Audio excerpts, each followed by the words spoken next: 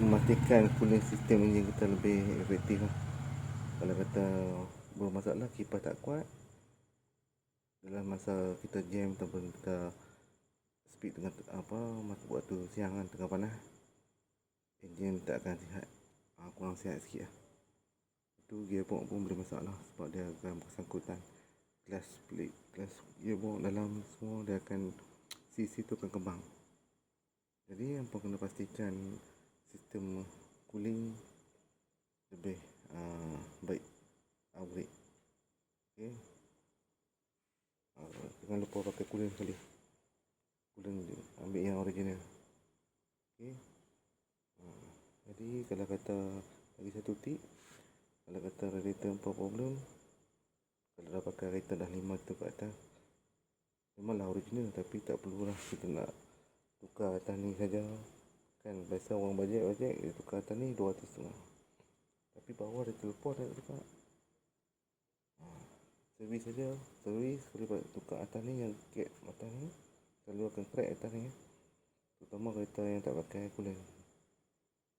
Jadi apa yang perlu buat, boleh beli satu set tu. Kalau boleh pasang lagi, kalau tak beli pasu kedai pasang dalam 1 lebih lah.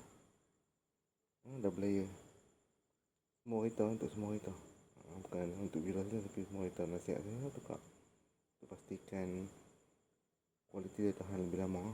Memanglah kalau kereta original tu tahan, tapi kalau dah karat, dah pakai 5 tu nak cuci baru lagi tukar lah.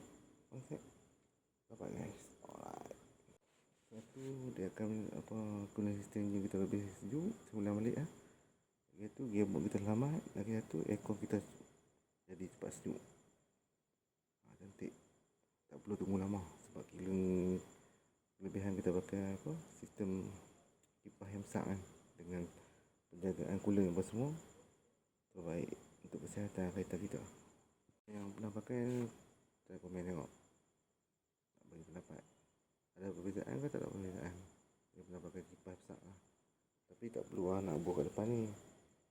Kalau masalah aircon, selalunya orang berdepan ni yang tak perlu, yang penting kipas lah original lah. Dia akan, orang tengok macam ni memang dia pakai dua, tapi saya memang ubah pakai satu kat depan. Tapi yang kereta macam Myvi dia pakai single, tak perlu nak ubah tambah lagi satu kat ni. Cuma upgrade jenis besar lah, kipas jenis besar.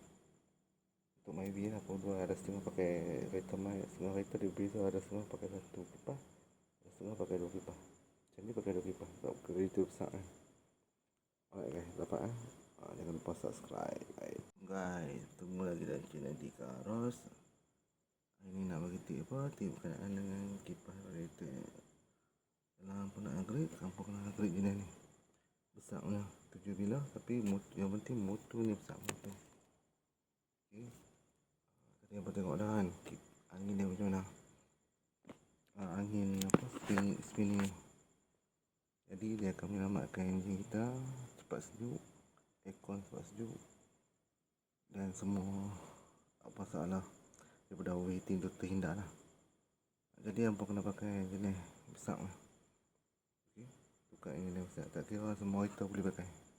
Dia ada jual bracket yang jenis macam ni. Vira dia ada jual bracket asing untuk 7 bilah punya, boleh tengok dalam beg orange. Harga tak mahal guys, tapi kalau boleh ambil yang half cut punya. So kalau kata rosak, kita boleh tukar dia punya motor saja.